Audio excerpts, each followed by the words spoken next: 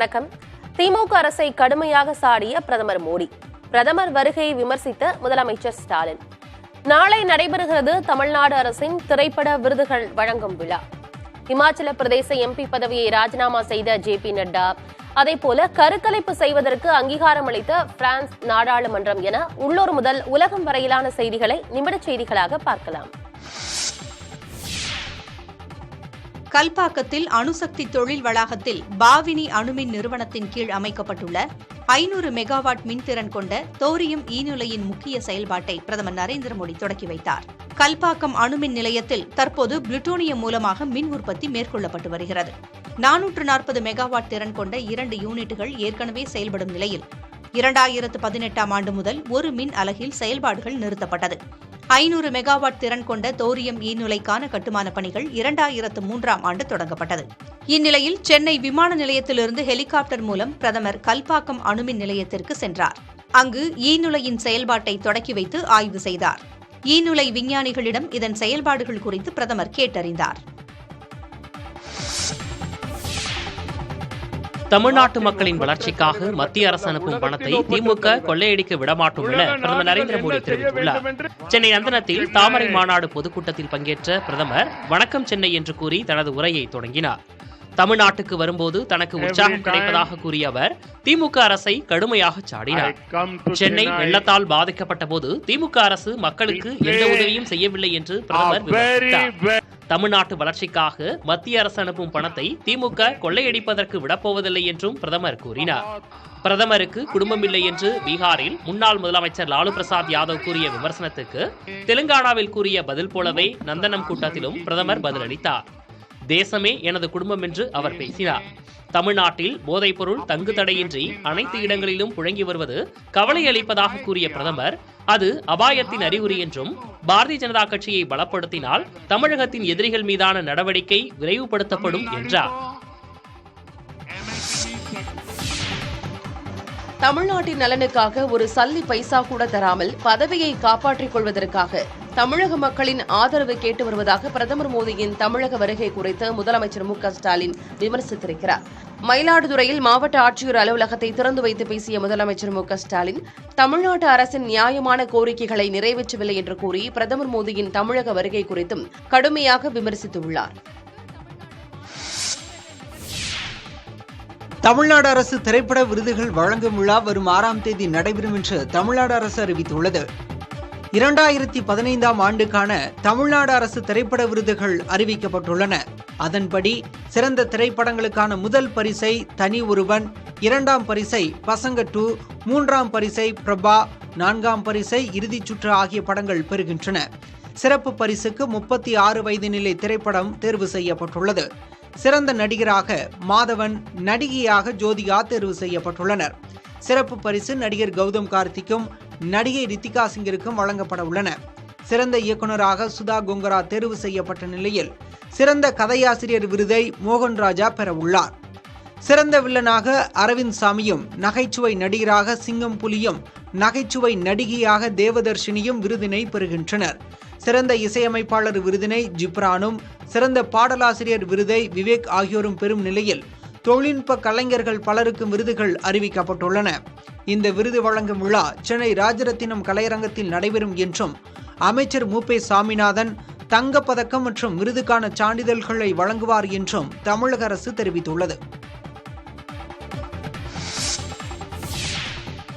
முதியோர் உதவித்தொகை முறைகேடு குறித்து தமிழ்நாடு அரசு உரிய விசாரணை நடத்த வேண்டும் என பாமக தலைவர் அன்புமணி ராமதாஸ் வலியுறுத்தியுள்ளார்.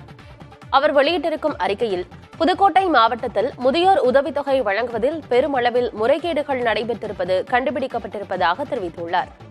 புதுக்கோட்டை மாவட்டத்தில் 70 பயனாளிகளுக்கு கடந்த ஓராண்டில் வழங்கப்பட்டிருக்க வேண்டிய 27 லட்சம் ரூபாய் தனிநபரின் கணக்கில் செலுத்தப்பட்டிருப்பது அதிர்ச்சி அளிப்பதாக அன்புமணி குறிப்பிட்டுள்ளார். உயிரிழந்த முதியோரின் வங்கிக் கணக்கில் செலுத்தப்பட்ட பணம் அரசுக்கு திரும்பாமல் தற்காலிக பணியாளர் ஒருவரின் வங்கிக் கணக்கில் செலுத்தப்பட்டுள்ளதாகவும் அவர் கூறியுள்ளார்.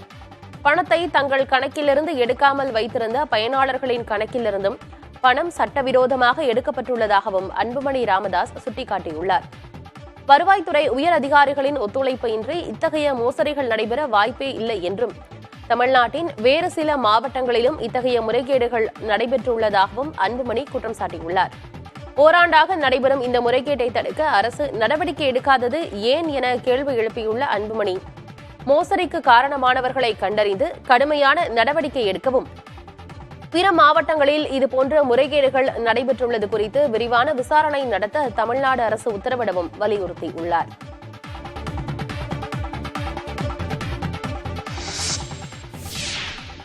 நன்கொடை வியாபாரத்தை மறைக்க பிரதமர் நரேந்திர மோடி தம்மால் முயன்றவரை முயற்சிப்பதாக காங்கிரஸ் எம்பி ராகுல் காந்தி விமர்சித்துள்ளார்.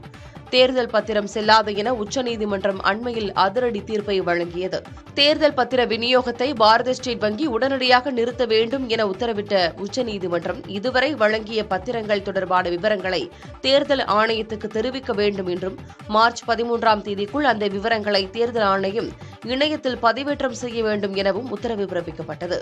இந்நிலையில் தேர்தல் ஆணையத்திடம் தேர்தல் பத்திரங்கள் தொடர்பான விவரங்களை சமர்ப்பிக்க ஜூன் 30ஆம் தேதி வரை அவகாசம் வழங்க கோரி பாரத ஸ்டேட் வங்கி தரப்பில் உச்சநீதிமன்றத்தில் மனு தாக்கல் செய்யப்பட்டிருக்கிறது. இது தொடர்பாக சமூக வலைதளத்தில் பதிவிட்டுள்ள ராகுல் காந்தி, தேர்தல் பத்திரம் தொடர்பான விவரங்களை தேர்தலுக்கு முன் தெரியப்படுத்தக்கூடாது என எஸ்பிஐ ஏன் விரும்புகிறது என கேள்வி எழுப்பினார். தேர்தலுக்கு முன் மோடியின் உண்மையான முகத்தை மறைக்க இதுவே கடைசி முயற்சி என்றும் ராகுல் விமர்சித்துள்ளார். பாரதிய ஜனதாவின் தேசிய தலைவர் ஜே.பி. நட்டா இமாச்சல பிரதேச எம்பி பதவியை ராஜினாமா செய்தார். இமாச்சல பிரதேசத்திலிருந்து மாநிலங்களவைக்கு தேர்ந்தெடுக்கப்பட்ட நட்டாவின் பதவிக்காலம் விரைவில் முடிவடைகிறது. எனவே சமீபத்தில் நடந்த மாநிலங்களவை தேர்தலில் குஜராத்திலிருந்து அவர் எம்பியாக தேர்வு செய்யப்பட்டார். இதைத் தொடர்ந்து இமாச்சல பிரதேசத்திலிருந்து தேர்வாகிய எம்பி பதவியை அவர் ராஜினாமா செய்திருக்கிறார். அவரது பதவி விலகலை மாநிலங்களவை தலைவர் ஜெகதீப் தங்கர் ஏற்றுக்கொண்டார். 2014ஆம் ஆண்டிலிருந்து 2019ஆம் ஆண்டு வரை மத்திய சுகாதாரத்துறை அமைச்சராக இருந்த ஜே.பி. நட்டா 2020ஆம் ஆண்டு பாரதிய ஜனதாவின் தேசிய தலைவராக பதவியேற்றுக் கொண்டார். நட்டாவின் பதவிக்காலம் நிறைவடைந்த நிலையில் ஜூன் மாதம் வரை அவரது பதவிக்காலம் நீட்டிக்கப்பட்டிருக்கிறது. புற்றுநோய் பாதிப்பிலிருந்து விரைவாக குணமடைந்து விட்டதாக இஸ்ரோ தலைவர் சோம்நாத் தெரிவித்திருக்கிறார். சோம்நாத் அளித்த பேட்டி ஒன்றில் சந்திரயான் 3 விண்கலம் ஏவப்படும் போது தனக்கு உடல்நலக் குறைவு பிரச்சினை இருந்ததாக தெரிவித்தார். அப்போதே புற்றுநோய்க்கான அறிகுறிகள் தென்பட்டதாகவும், ஆனால் தெளிவாக தெரியவில்லை எனவும் கூறினார். அதன் பின்பு செப்டம்பர் 2ஆம் தேதி ஆதித்யா L1 விண்கலம் விண்ணில் ஏவப்பட்ட போது வயிற்று வலிக்கு ஸ்கேன் செய்தபோது புற்றுநோய் கண்டறியப்பட்டதாக தெரிவித்த சோம்நாத், இந்த செய்தி தனது குடும்பத்தையும் சக பணியாளர்களையும் அதிர்ச்சியடைய செய்ததாக கூறினார். அடுத்து 4 நாட்கள் மருத்துவமனையில் அனுமதிக்கப்பட்டு கீமோதெரபி சிகிச்சை மூலம் இரைப்பையில் இருந்த கட்டி அகற்றப்பட்டுள்ளது. 5வது நாள் மீண்டும் சோம்நாத் பணிக்கு சென்றுள்ளார். பிரான்சில் கருக்கலைப்பை பெண்களின் அடிப்படை உரிமையாக அங்கீகரிக்கும் சட்ட மசோதா நிறைவேற்றப்பட்டிருக்கிறது. இதன் மூலம் அரசியலமைப்பில் கருக்கலைப்பு உரிமைகளை வெளிப்படையாக பதிவு செய்த முதல் நாடாக பிரான்ஸ் மாறியுள்ளது. பிரான்ஸ் நாடாளுமன்ற மேலவையில் நடைபெற்ற சிறப்பு அமர்வில் இதற்கு ஆதரவாக 780 உறுப்பினர்களும் எதிராக 72 உறுப்பினர்களும் வாக்களித்தனர். இதனையடுத்து மசோதா நிறைவேற்றப்பட்டது.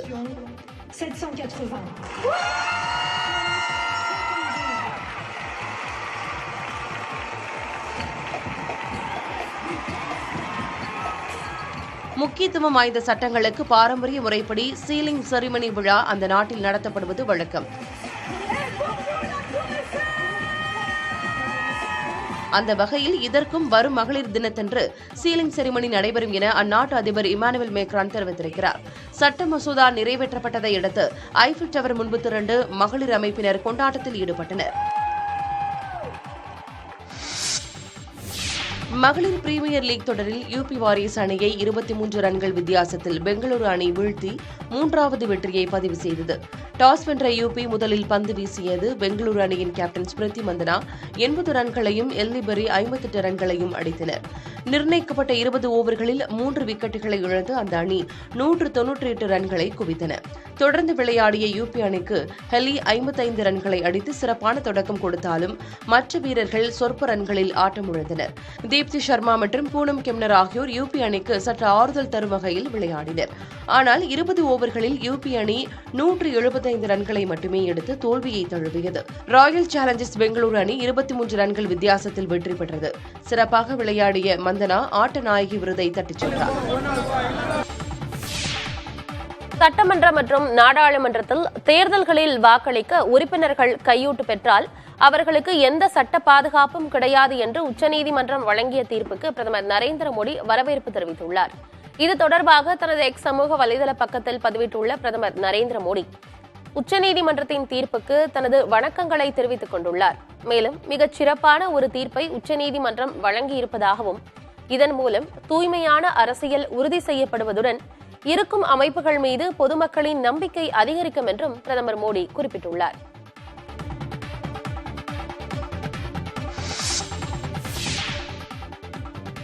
தமிழ் மொழிக்கு அருந்தொண்டாற்றியவர்களில் ஒருவராக போற்றப்படும் பிஷப் கால்வெல் பள்ளிப்படிப்பை கூட முடிக்காதவர் எனவும் திராவிட மொழிகளின் இலக்கணம் குறித்து அவர் எழுதிய நூல் போலியானது எனவும் தமிழக ஆளுநர் RN ரவி கூறியுள்ளார்.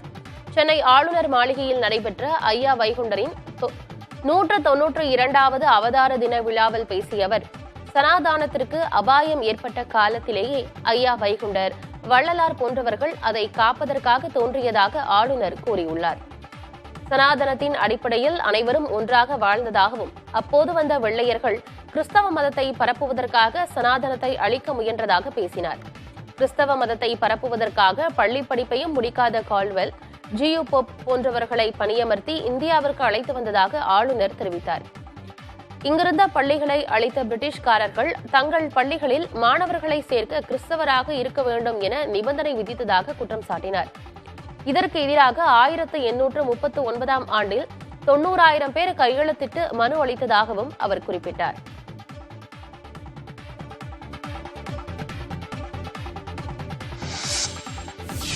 மக்களவைத் தேர்தலில் 3,32,000 தேர்தல் பணியாளர்கள் தேர்தல் பணியில் ஈடுபடுவார்கள் என்று தமிழ்நாடு தலைமை தேர்தல் அதிகாரி சத்யபிரதா சாஹூ தெரிவித்துள்ளார். இது தொடர்பாக அவர் வெளியிட்டுள்ள அறிக்கையில் தேர்தலுக்கான வாக்குப்பதிவு இயந்திரங்கள் முழுவதும் ஆய்வு செய்யப்பட்டு தயார் நிலையில் உள்ளதாகவும் தேர்தல் தேதி அறிவிக்கப்பட்ட பிறகு அந்த தொகுதிகளுக்கு பாதுகாப்பாக வாக்குப்பதிவு இயந்திரங்கள் அனுப்பி வைக்கப்படும் என்றும் தெரிவித்தார். மக்களவைத் தேர்தலுக்காக மாநிலம் முழுவதும் 68,000 வாக்குச்சாவடிகள் அமைக்கப்பட்டிருப்பதாக கூறிய சத்யபிரதா சாஹூ தேர்தல் பணிகளில் 3,32,000 தேர்தல் பணியாளர்கள் ஈடுபடுவார்கள் என்று குறிப்பிட்டார். மாவட்ட தேர்தல் அதிகாரிகள், உதவி தேர்தல் நடத்தும் அதிகாரிகளுக்கு ஏற்கனவே தேர்தல் தொடர்பான பயிற்சிகள் வழங்கப்பட்டுள்ளதாகவும் தேர்தல் தேதி அறிவிக்கப்பட்ட பின் வாக்குச்சாவடி அலுவலர்களுக்கு 3 கட்ட பயிற்சிகள் அளிக்கப்படும் என்றும் தெரிவித்தார். திருக்கோவிலூர் தொகுதி காலியானதாக அறிவிப்பது தொடர்பாக எந்த கடிதமும் தேர்தல் ஆணையத்திற்கு வரவில்லை என்றும் தமிழ்நாடு தலைமை தேர்தல் அதிகாரி சத்யபிரதா சாஹூ கூறினார். சட்டவிரோத பண பரிமாற்ற தடை சட்ட வழக்கில் கைதான முன்னாள் அமைச்சர் செந்தில் பாலாஜியின் நீதிமன்ற காவலை 23வது முறையாக நீட்டித்து சென்னை மாவட்ட முதன்மை அமர்வு நீதிமன்றம் உத்தரவிட்டுள்ளது. சட்டவிரோத பண பரிமாற்ற தடை சட்ட வழக்கில் கடந்த ஆண்டு ஜூன் 14ஆம் தேதி கைது செய்யப்பட்ட முன்னாள் அமைச்சர் செந்தில் பாலாஜிக்கு எதிராக கடந்த ஆண்டு ஆகஸ்ட் மாதம் அமலாக்கத்துறையினர் குற்றப்பத்திரிகை மற்றும் ஆவணங்களை தாக்கல் செய்திருந்தனர். 3000 பக்கங்களுடன் கூடிய இந்த குற்றப்பத்திரிகை நகல் செந்தில் பாலாஜிக்கு வழங்கப்பட்டது. இந்நிலையில் அவரது நீதிமன்ற காவல் முடிவடைந்ததால் புழல் சிறையிலிருந்து காணொலி காட்சி மூலம் சென்னை மாவட்ட முதன்மை அமர்வு நீதிமன்ற நீதிபதி எஸ் அல்லி முன்பாக ஆஜர்படுத்தப்பட்டார். அப்போது செந்தில் பாலாஜியின் நீதிமன்ற காவலை மார்ச் 6ஆம் தேதி வரை நீட்டித்து நீதிபதி அல்லி உத்தரவிட்டார். கருணாநிதி நினைவிடம் மற்றும் அருங்காட்சியகத்தை பொதுமக்கள் நாளை கட்டணமின்றி காணலாம் என்று தமிழக அரசு அறிவித்துள்ளது. சென்னை மெரினாவில் கருணாநிதி நினைவிடம் சமீபத்தில் திறக்கப்பட்டது. நினைவிடத்தில் அருங்காட்சியகமும் பல்வேறு தொழில்நுட்பங்களுடன் அமைக்கப்பட்டுள்ளது. கருணாநிதி நினைவிடம் மற்றும் அருங்காட்சியகத்தை வரும் 6ஆம் தேதி முதல் பொதுமக்கள் பார்வையிடலாம் என்று தமிழக அரசு அறிவித்துள்ளது. கருணாநிதி நினைவிடத்தில் அஞ்சலி செலுத்த அனுமதி சீட்டு தேவையில்லை என்றும் அருங்காட்சியகத்தை காண இணையதளம் மூலம் அனுமதி சீட்டு பெற வேண்டும் என்றும் தமிழக அரசு தெரிவித்துள்ளது. அருங்காட்சியகத்தை பார்வையிட ஒரு அலைபேசி எண் மூலம் 5 அனுமதி சீட்டுகள் பெற முடியும் என்றும் ஒவ்வொரு நாளும் காலை 9 மணி முதல் இரவு 8 மணி வரை 6 கால அளவுகளில் ஒன்றை தேர்வு செய்து கொள்ள முடியும் என்றும் கூறப்பட்டுள்ளது. மக்களவைத் தேர்தலுக்கான காங்கிரஸ் கட்சியின் முதற்கட்ட வேட்பாளர்கள் பட்டியல் வரும் 7ஆம் தேதி வெளியாகும் என டெல்லி காங்கிரஸ் வட்டாரங்கள் தெரிவிக்கின்றன. டெல்லியில் வரும் 7ஆம் தேதி காங்கிரஸ் கட்சியின் மத்திய தேர்தல் குழு கூட்டம் நடைபெறுகிறது. கட்சியின் தேசிய தலைவர் மல்லிகார்ஜுன கார்கே, மூத்த தலைவர்கள் சோனியா காந்தி, ராகுல் காந்தி உள்ளிட்டோர் இதில் பங்கேற்கின்றனர். இந்த கூட்டத்தில் காங்கிரஸ் கட்சியின் முதற்கட்ட வேட்பாளர் பட்டியல் இறுதி செய்யப்பட்டு அன்றைய தினமே வெளியாகும் என கூறப்படுகிறது. இந்தியா கூட்டணியில் முக்கிய அங்கமாக விளங்கும் காங்கிரஸ் கட்சி, ஆம் ஆத்மி, திரிணாமுல் காங்கிரஸ், சமாஜ்வாதி உள்ளிட்ட கட்சிகளுடன் தொகுதி பங்கீட்டை நிறைவு செய்திருக்கிறது. அதே சமயம் திமுக, சிவசேனா, சரத்பவாரின் தேசியவாத காங்கிரஸ் அணி, கம்யூனிஸ்ட் கட்சிகள் உள்ளிட்ட கூட்டணியில் உள்ள மற்ற முக்கிய கட்சிகளுடன் தொகுதி பங்கீடு தொடர்பாக இறுதிக்கட்ட பேச்சுவார்த்தையை காங்கிரஸ் கட்சி மேற்கொண்டு வருகிறது. டெல்லியில் உள்ள வணிக வளாகம் ஒன்றின் மேற்கூரையில் ஒரு பகுதி நள்ளிரவு இடிந்து விழுந்து விபத்து ஏற்பட்டுள்ளது. ஆம்பியன்ஸ் வணிக வளாகத்தில் ஞாயிற்றுக்கிழமை இரவு மேற்கூரை இடிந்து எஸ்கலேட்டர் மீது விழுந்திருக்கிறது. நள்ளிரவு 12:45 மணிக்கு இந்த விபத்து ஏற்பட்டதால் யாருக்கும் காயம் எதுவும் ஏற்படவில்லை. விபத்து தொடர்பான காட்சிகள் தற்போது இணையத்தில் அதிகமாக பகிரப்பட்டு வருகிறது. ஞாயிற்றுக்கிழமை நொய்டாவில் உள்ள ப்ளூ சப்ளையர் வணிக வளாகத்தில் ஏற்பட்ட விபத்தில் 2 நபர்கள் உயிரிழந்தனர். அடுத்தடுத்து வணிக வளாகங்களில் விபத்துகள் ஏற்பட்டிருக்கும் நிலையில் இதற்கான காரணம் தொடர்பாக விசாரணை நடைபெற்று வருகிறது. ஆப்பிள் நிறுவனத்திற்கு 16,500 கோடி ரூபாய் அபராதத்தை ஐரோப்பிய யூனியன் விதித்துள்ளது. உலகின் முன்னணி நிறுவனமான ஆப்பிளின் பொருட்களுக்கு மக்கள் மத்தியில் எப்போதும் வரவேற்பு இருக்கும். ஆப் ஸ்டோரை தவிர்த்து ஸ்பாட்டிஃபை செயலியை பெற மலிவான வழிகள் உள்ளது என கூறி பயனர்களுக்கு அதன் சேவைகளை தடுத்ததாக ஸ்பாட்டிஃபை 2019ஆம் ஆண்டு ஆப்பிள் நிறுவனத்தின் மீது வழக்கு தொடர்ந்தது. இந்த வழக்கின்படி ஐரோப்பிய சட்ட விதிகளை மீறியதாக ஆப்பிள் நிறுவனத்திற்கு 16,500 கோடி ரூபாய் அபராதம் விதிக்கப்பட்டுள்ளது. இதனை எதிர்த்து மேல்முறையீடு செய்ய உள்ளதாக ஆப்பிள் நிறுவனத்தின் தரப்பில் தெரிவிக்கப்பட்டுள்ளது. இதன் எதிரொலியாக ஆப்பிள் பங்கு 3.2 விழுக்காடு குறைந்துள்ளது. பாகிஸ்தான் பிரதமராக 2வது முறையாக ஷெபாஸ் ஷெரீப் பதவியேற்றுக் கொண்டார். இஸ்லாமாபாத் நகரில் உள்ள அதிபர் அலுவலகத்தில் நடைபெற்ற பதவியேற்பு விழாவில் கருப்பு ஷெர்வானி அணிந்து வந்த ஷெபாஸ் ஷெரீப் பாகிஸ்தானின் 32வது பிரதமராக பதவியேற்றார். கடந்த மாதம் 8ஆம் தேதி பாகிஸ்தான் நாடாளுமன்ற தேர்தல் நடைபெற்றது. வன்முறைகளுக்கு நடுவே நடந்து முடிந்த தேர்தலில் எந்த ஒரு கட்சிக்கும் பெரும்பான்மை கிடைக்கப்பெறாத நிலையில் 75 இடங்களையே பெற்ற முன்னாள் பிரதமர் நவாஸ் ஷெரீஃபின் பாகிஸ்தான் முஸ்லீம் லீக் கட்சி தனிப்பெரும் கட்சியாக மாறி ஆட்சி அமைக்க உரிமை கோரியது. 3வது இடத்தை பிடித்த பாகிஸ்தான் முன்னாள் பிரதமர் பெனாசிர் பூட்டோவின் மகன் பிலாவல் பூட்டோவின் பாகிஸ்தான் மக்கள் கட்சியும் பாகிஸ்தான் முஸ்லீம் லீகிற்கு ஆதரவளித்தது. இதைத் தொடர்ந்து இரு கட்சிகளுக்கும் இடையே நடைபெற்ற நீண்ட பேச்சுவார்த்தைக்கு பிறகு ஷெபாஸ் ஷெரீப் பிரதமராக தேர்வு செய்யப்பட்டார். ஐஎஸ்எல் கால்பந்து தொடரில் ஹைதராபாத், நார்த் ஈஸ்ட் யுனைடெட் அணிகளுக்கு இடையேயான ஆட்டம் டிராவில் முடிவடைந்தது. ஹைதராபாத்தில் நடைபெற்ற இந்த ஆட்டத்தின் 32வது நிமிடத்தில் நார்த் ஈஸ்ட் அணியின் பிரதீப் கோகாய் முதல் கோலை அடித்தார். முதல் பாதியில் ஹைதராபாத் அணி 1-0 என முன்னிலை பெற்றது.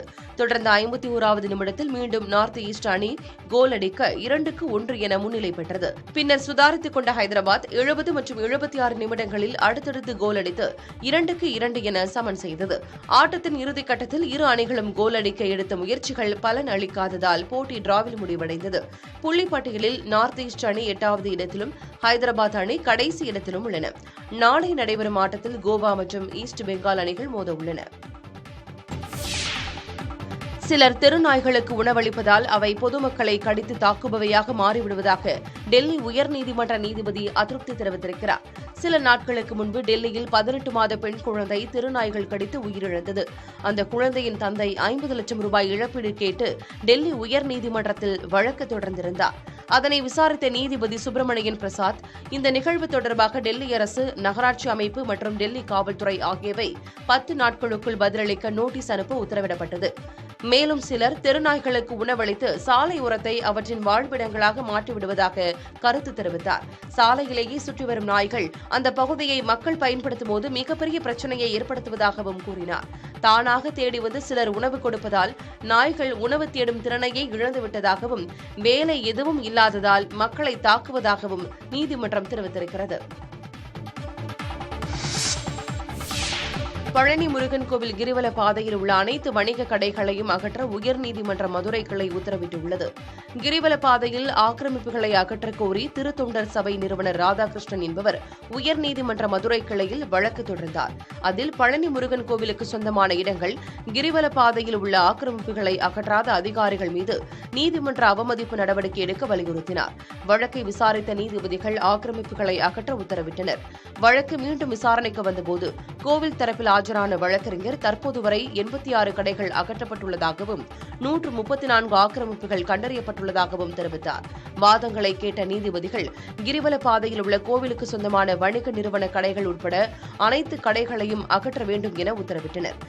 ஆக்கிரமிப்புகள் அகற்றத்தின் போது உரிய பாதுகாப்பு அளிக்காவிட்டால் மாவட்ட எஸ்பி நேரில் ஆஜராக உத்தரவிட நேரிடும் என எச்சரிக்கை விடுத்த நீதிபதிகள் தமிழக அரசு அனுமதி தராவிட்டால் கிரிவல பாதையில் உள்ள கழிவறைகளையும் அகற்ற வேண்டும் என உத்தரவிட்டனர். கடலூர் மாவட்டம் திட்டக்குடி அருகே நலத்திட்ட உதவிகள் வழங்கும் விழாவில் அமைச்சர் சி.வி. கணேசன் தனது மனைவியை எண்ணி கண்ணீர் சிந்தினார். கழுதூரில் உள்ள தனியார் கல்லூரியில் திட்டக்குடி சட்டமன்ற தொகுதிக்குட்பட்ட கைம்பெண்களுக்கு NLC நிர்வாகம் சார்பில் விலையில்லா தையல் இயந்திரங்கள் வழங்கும் நிகழ்ச்சி நடைபெற்றது. இதில் 2000 கைம்பெண்களுக்கு அமைச்சர் சி.வி. கணேசன் மற்றும் NLC நிறுவனத்தின் தலைவர் பிரசன்னகுமார் ஆகியோர் விலையில்லா தையல் இயந்திரங்களை வழங்கினர். பின்னர் விழாவில் பேசிய தொழிலாளர் நலத்துறை அமைச்சர் சி.வி. கணேசன் தனது மனைவியும் தையல் தொழிலில் மிகுந்த ஈடுபாடுடன் இருந்ததாக கூறினார். மறைந்த மனைவியின் நினைவலைகளை கூறும்போது அமைச்சர் சி.வி. கணேசன் மேடையில் தேம்பி தேம்பி அழுதார்.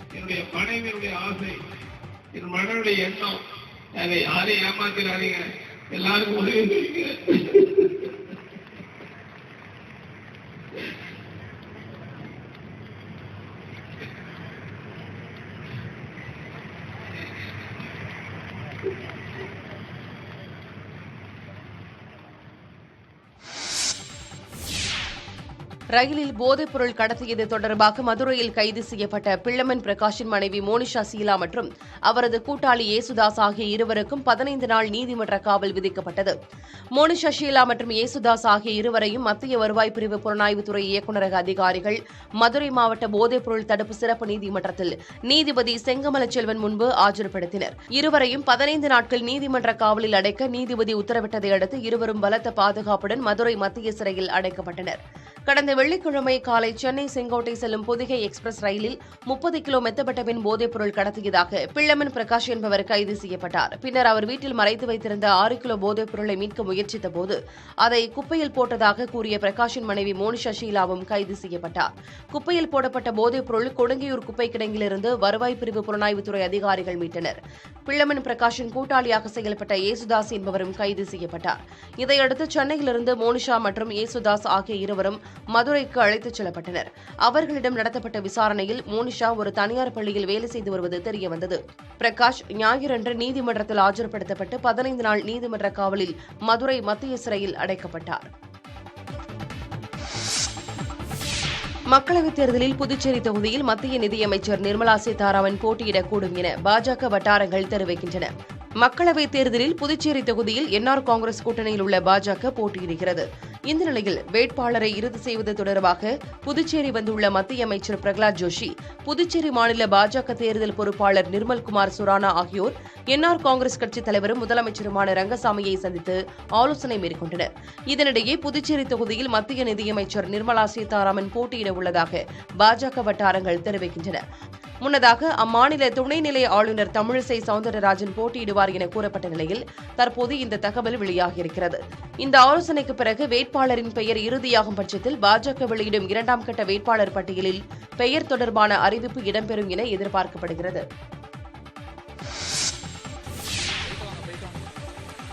ராமேஸ்வரத்தில் மீனவர்கள் வலையில் சிக்கிய 10 ஆலிவ் ரிட்லி ஆமைகள் மீண்டும் கடலுக்குள் விடப்பட்டன.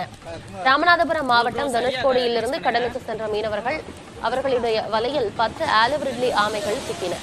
அலையோசை எனப்படும் மீனவ வானொலி தன்னார்வலர்கள் முயற்சியில் ஆமைகள் மீண்டும் கடலுக்குள் விடப்பட்டுள்ளன. இதுகுறித்து மாநில சுற்றுச்சூழல் துறை செயலாளர் சுப்ரியா சாஹூ வெளியிட்டுள்ள பதிவில், தமிழ்நாடு கடலோர மறுசீரமைப்பு இயக்கத்தின் 35 உள்ளூர் கிராமங்களில் பயிற்சி மற்றும் திறன் மேம்பாட்டு திட்டங்களை விரிவுபடுத்த திட்டமிட்டுள்ளதாக கூறியுள்ளார். மீனவர்களின் தகவல் தொடர்புக்காக செயல்படும் கடலோசை உள்ளூர் வானொலி நிலையம் சுற்றுச்சூழல் சார்ந்த பல விழிப்புணர்வு நிகழ்ச்சிகளை மீனவர்களுக்காக நடத்தி வருகிறது என்பது குறிப்பிடத்தக்கது. திருப்பத்தூர் மாவட்டம் ஆம்பூரில் கொள்ளை நகையை அடகுக்கு எடுத்ததாக கூறி நகை அடகு கடை உரிமையாளரை கைது செய்ததை கண்டித்து நகைக்கடை உரிமையாளர்கள் மறியல் போராட்டத்தில் ஈடுபட்டனர். கடந்த ஜனவரி மாதம் ஆம்பூர் அடுத்த சின்னவரியும் பகுதியைச் சேர்ந்த ராமன்ஜீவ் அம்மாள் என்பவரது வீட்டில் 15 சவரன் நகை மற்றும் 82,000 ரூபாய் ரொக்கம் கொள்ளை போனது. இது தொடர்பாக முகமது பிலால், வசீம் அக்ரம் ஆகியோர் கைது செய்யப்பட்டனர். குற்றத்தை ஒப்புக்கொண்ட அவர்கள் கொள்ளையடித்த நகையை ஆம்பூர் கடை தெருவில் உள்ள சிக்கிரம் என்பவரின் நகை கடையில் அடகு வைத்ததாக கூறினர். இதனையடுத்து கொள்ளை நகையை அடகுக்கு எடுத்ததாக கூறி கடை உரிமையாளர் சிக்கிரமை காவல்துறையினர் கைது செய்ய முற்பட்டனர். இதற்கு எதிர்ப்பு தெரிவித்த சக நகைக்கடை உரிமையாளர்கள் தகுந்த ஆதாரமின்றி கைது நடவடிக்கையில் ஈடுபடுவதாக குற்றம் சாட்டினர். இருப்பினும் நகைக்கடை உரிமையாளரை கைது செய்தனர். இதனை கண்டித்து கடையடைப்பு நடத்திய நகைக்கடை உரிமையாளர்கள் மறியலில் ஈடுபட்டனர். பின்னர் 3 மணி நேர விசாரணைக்கு பிறகு நகைக்கடை உரிமையாளர் விடுவிக்கப்பட்டார். ஐபிஎல் தொடர் நெருங்கியுள்ள நிலையில் மகேந்திர சிங் தோனியின் ஃபேஸ்புக் பதிவு அனைவரின் கவனத்தையும் ஈர்த்துள்ளது. ரசிகர்களை உற்சாகப்படுத்துவதாக இருந்தாலும் கவலைக்கு உள்ளாக்குவதாக இருந்தாலும் சஸ்பென்ஸ் கொண்ட வார்த்தைகளால் கூறுவது அவரது இயல்பு. அந்த வகையில் தனது ஃபேஸ்புக் பதிவில் புதிய சீசன் மற்றும் புதிய ரோலை எதிர்கொள்ள காத்திருக்க முடியவில்லை என தெரிவித்துள்ளார். ஒரு வரியில் சமூக வலைதளம் முழுவதையும் அவரது பக்கம் திருப்பியுள்ள தோனியின் இந்த கருத்துக்கு என்ன காரணம் என்பதை ரசிகர்கள் பல்வேறு விதமாக பகிர்ந்து வருகின்றனர். சென்னை சூப்பர் கிங்ஸ் அணியின் தொடக்க வீரர் கான்வே காயம் காரணமாக விலகுவார் என கூறப்படும் நிலையில் தோனி தொடக்க வீரராக களமிறங்குவாரா என்ற கேள்வியும் எழுந்துள்ளது. வங்கதேசத்துக்கு எதிரான முதல் T20 போட்டியில் 3 ரன்கள் வித்தியாசத்தில் இலங்கை அணி வெற்றி பெற்றது. டாஸ் வென்ற வங்கதேச அணி முதலில் பந்து வீசியது. அதன்படி முதலில் விளையாடிய இலங்கை அணியில் குசல் மெண்டிஸ் 59 ரன்களையும் சமர விக்ரமா 61 ரன்களையும் அடித்தனர். இறுதியில் கேப்டன் அசலங்கா அதிரடியாக 44 ரன்களை சேர்க்க அந்த அணி 106 ரன்கள் குவித்தன. தொடர்ந்து ஆடிய வங்கதேச அணியில் மஹமதுல்லா 54 ரன்களும் ஜஹர் அலி 68 ரன்களையும் சேர்த்தனர். கடைசி ஓவரில் 12 ரன்கள் தேவைப்பட்ட நிலையில் வங்கதேச அணி 9 ரன்களை மட்டுமே எடுத்து 3 ரன்கள் வித்தியாசத்தில் தோல்வி அடைந்தது. இலங்கை அணி தரப்பில் மேத்யூஸ் மற்றும் பெர்னாண்டோ மற்றும் சனகா ஆகியோர் தலா 2 விக்கெட்டுகளை வீழ்த்தினர். ஆட்ட நாயகன் விருதை அசலங்கா தட்டிச் சென்றார். ரமலான் நோன்பை முன்னிட்டு பள்ளிவாசல்களுக்கு பச்சரிசி வழங்க முதலமைச்சர் மு.க.ஸ்டாலின் உத்தரவிட்டுள்ளார்.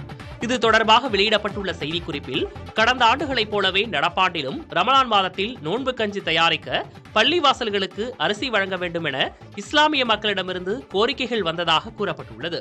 அதனை ஏற்று ரமலான் மாதத்தில் நோன்பு நோக்கும் இஸ்லாமிய மக்களுக்கு நோன்பு கஞ்சி தயாரிப்பதற்கு எதுவாக பள்ளிவாசல்களுக்கு மொத்த அனுமதியின் கீழ் நோன்பு கடைபிடிக்கப்படும் நாட்களுக்கு மட்டும் பச்சரிசி வழங்க முதலமைச்சர் மு.க.ஸ்டாலின் உத்தரவிட்டுள்ளதாக தெரிவிக்கப்பட்டுள்ளது.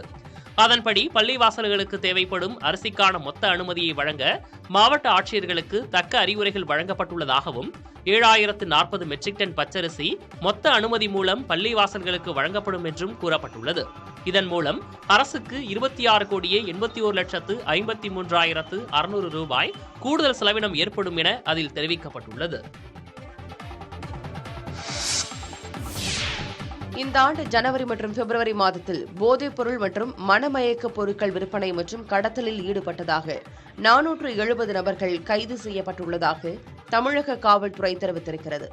இது தொடர்பாக வெளியிடப்பட்டுள்ள அறிக்கையில் மொத்தம் 1914 கிலோ கஞ்சா, 2 கிலோ மெத்தபெட்டமைன், 7000 திப்பெண்டல் 100 mg மாத்திரைகள், 321 நைட்ரசன் மாத்திரைகள், 2200 டைடால் மாத்திரைகள் என மொத்தம் 2.4 கோடி ரூபாய் மதிப்புள்ள போதைப் பொருட்கள் பறிமுதல் செய்யப்பட்டுள்ளதாகவும் கூறப்பட்டுள்ளது. கடத்தலுக்கு பயன்படுத்தப்பட்ட 21 இருசக்கர வாகனங்கள், 1 ஆட்டோ மற்றும் 6 4 சக்கர வாகனங்கள் பறிமுதல் செய்யப்பட்டுள்ளதாகவும் கூறப்பட்டிருக்கிறது. இந்த ஆண்டு இதுவரை போதைப்பொருள் வழக்குகளில் தொடர்புடைய 25 குற்றவாளிகள் பல்வேறு நீதிமன்றங்களால் தண்டிக்கப்பட்டிருக்கின்றனர். போதைப்பொருள் வழக்குகளில் சம்பந்தப்பட்டவர்களின் 6 வங்கி கணக்குகள் முடக்கப்பட்டுள்ளன. சட்ட அமலாக்கம் தவிர மாணவர்களிடையே போதைப்பொருள் குறித்து விழிப்புணர்வை ஏற்படுத்த 73 நிகழ்ச்சிகளை நடத்தியிருப்பதாகவும் கூறப்பட்டுள்ளது. போதைப்பொருள் மற்றும் மணமயக்க பொருள்களின் சட்டவிரோத விற்பனை மற்றும் கடத்தல் தொடர்பான தகவல்களை கட்டணமில்லா உதவி எண், வாட்ஸ்அப் எண் அல்லது மின்னஞ்சல் மூலம் தெரிவிக்கலாம் என அறிவுறுத்தப்பட்டிருக்கிறது. சிதம்பரம் நடராஜர் கோயில் கட்டுமானத்தில் விதிமீறல்கள் கண்டறியப்பட்டுள்ளதாக சென்னை உயர்நீதிமன்றத்தில் அறநிலையத்துறை தெரிவித்துள்ளது. சிதம்பரம் நடராஜர் கோயிலின் 4 கோபுரங்களும் அமைந்துள்ள பகுதியில் எந்த அனுமதியும் பெறாமல் நந்தவனங்கள் அமைக்கப்படுவதாகவும் கோயிலின் முதல் மற்றும் இரண்டாவது பிரகாரங்களில் எந்த அனுமதியும் இன்றி 100 அறைகள் கட்டப்படுவதாகவும் கூறி கோவில் தீட்சிதரான நடராஜன் என்பவர் சென்னை உயர்நீதிமன்றத்தில் வழக்கு தொடர்ந்துள்ளார். வழக்கை விசாரித்த உயர்நீதிமன்றம் கோயிலில் அனுமதியின்றி கட்டப்பட்டுள்ள கட்டுமானங்கள் குறித்து ஆய்வு செய்து சட்டப்படி நடவடிக்கை எடுக்க வேண்டும் என இந்து சமய அறநிலையத்துறைக்கு உத்தரவிட்டிருந்தது. இந்த உத்தரவை மறு ஆய்வு செய்யக்கோரி பொது தீட்சிதர்கள் தரப்பில் மனு தாக்கல் செய்யப்பட்டிருந்தது. மனு தலைமை நீதிபதி கங்கா பூர்வாலா மற்றும் நீதிபதி பரத சக்கரவர்த்தி அமர்வில் விசாரணைக்கு வந்தபோது இந்திய தொல்லியல் துறையுடன் இணைந்துதான் இந்து சமய அறநிலையத்துறை ஆய்வு செய்ய முடியுமே தவிர இந்திய தொல்லியல் துறையை தமிழக அரசு பிரதிநிதித்துவப்படுத்த முடியாது என பொது தீட்சிதர்கள் தரப்பில் தெரிவிக்கப்பட்டது. கோயிலில் அனுமதியின்றி கட்டுமானங்கள் மேற்கொள்ளப்படுகிறதா என ஆய்வு செய்தபோது விதிமீறல்கள் கண்டறியப்பட்டதாக இந்து சமய அறநிலையத்துறை தரப்பில் தெரிவிக்கப்பட்டது. மற்றொரு வழக்கில் கட்டுமானங்கள் மேற்கொள்ளப்பட மாட்டாது என தீட்சிதர்கள் தரப்பில் மற்றொரு அமர்வில் உறுதியளிக்கப்பட்டுள்ளதாகவும் தெரிவிக்கப்பட்டது. இதையடுத்து தீட்சிதர்கள் தரப்பில் தாக்கல் செய்யப்பட்ட மறு ஆய்வு மனுவுக்கு பதிலளிக்கும்படி தமிழக அரசுக்கு உத்தரவிட்ட நீதிபதிகள் விசாரணையை மார்ச் 19ஆம் தேதிக்கு ஒத்திவைத்தனர். சென்னை வண்டலூரைச் சேர்ந்த திமுக ஒன்றிய செயலாளர் கொலை வழக்கில் சரணடைந்த 4 நபர்கள் 15 நாள் நீதிமன்ற காவலில் சிறையில் அடைக்கப்பட்டனர். சென்னையை அடுத்த வண்டலூரில் பிப்ரவரி 29ஆம் தேதி திமுக ஒன்றிய செயலாளரும் காட்டாங்குளத்தூர் ஒன்றிய துணைத் தலைவருமான ஆறாமமுதன் நாட்டு வெடிகுண்டு வீசியும் அரிவாளால் வெட்டப்பட்டும் படுகொலை செய்யப்பட்டார். காவல்துறையினர் கொலையாளிகளை தேடி வந்த நிலையில் கொலையில் ஈடுபட்ட 4 நபர்கள் நீதிமன்றத்தில் சரணடைந்தனர். அதன்படி கொலை சம்பவத்தில் ஈடுபட்ட கனகராஜ், அருண்ராஜ், நவநீத கிருஷ்ணன், மணிகண்டன் ஆகிய 4வரும் ஸ்ரீவில்லிபுத்தூர் நீதித்துறை நடுவர் நீதிமன்றத்தில் சரணடைந்தனர். வழக்கை விசாரித்த நீதிபதி ராஜேஷ் கண்ணா 4வரையும் 15 நாள் நீதிமன்ற காவலில் வைக்க உத்தரவிட்டார்.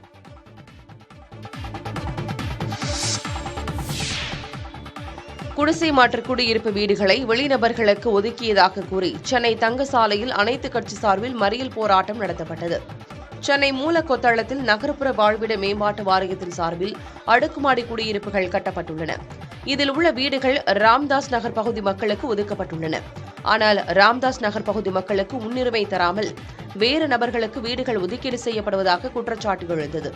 இதனை கண்டித்து தங்கசாலை மணிக்கூண்டு அருகில் பொதுமக்கள் மறியல் போராட்டத்தில் ஈடுபட்டனர். இதனால் போக்குவரத்தில் நெரிசல் ஏற்பட்டது. இதனையடுத்து வண்ணாரப்பேட்டை உதவி ஆணையர் தலைமையில் 100க்கும் மேற்பட்ட காவல்துறையினர் பாதுகாப்பில் ஈடுபடுத்தப்பட்டனர்.